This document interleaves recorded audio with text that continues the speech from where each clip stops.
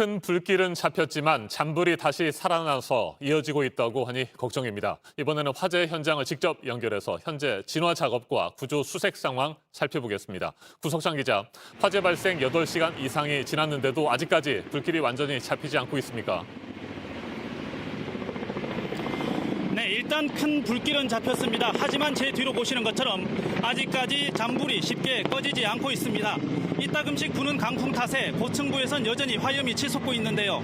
8시간 반 넘게 외장재와 건물 내부가 타면서 제 목이 다 따가울 만큼 도심은 매캐한 냄새로 뒤덮였습니다. 소방당국은 오전 중 완진을 목표로 진화 작업을 이어가고 있습니다. 바람을 타고 불씨와 함께 잔해들이 도로로 떨어지고 있어서 이 일대 교통도 통제된 상태입니다. 네, 부상자들의 상태도 걱정됩니다. 현재 어떻습니까?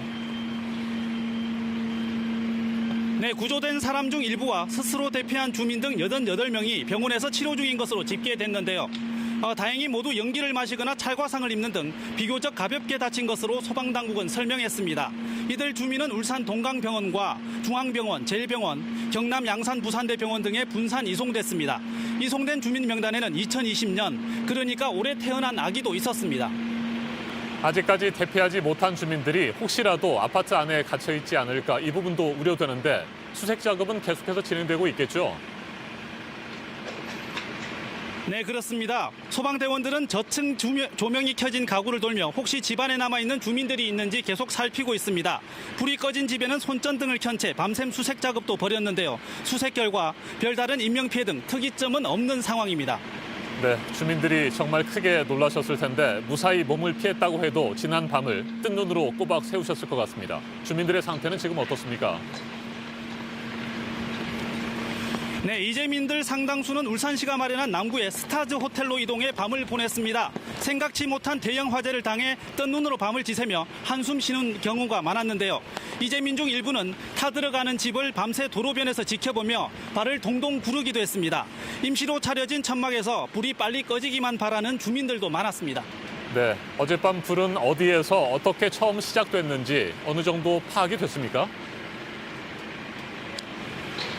네, 불은 12층 발코니에서 시작된 것으로 추정됩니다. 소방당국이 12층 에어컨 실외기에서 불이 났다는 최초 신고를 받고 출동했기 때문인데요.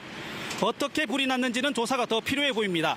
이 불은 강한 바람을 타고 순식간에 건물 외벽으로 33층까지 번졌는데 샌드위치 패널형 외벽 단열재는 화재 확산의 주요 원인으로 분석됐습니다.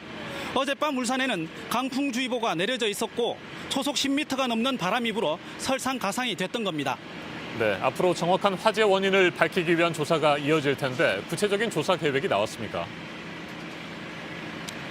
네, 이번 화재를 유심히 살펴볼 대목은 분명히 있습니다. 불이 12층에서 28층, 또 33층으로 건너뛰며 확산된 건데요. 소방당국도 이 점을 집중적으로 들여다볼 방침입니다.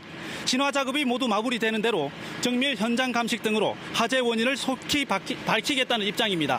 지금까지 울산 남구 화재 현장에서 JTBC 구석찬입니다.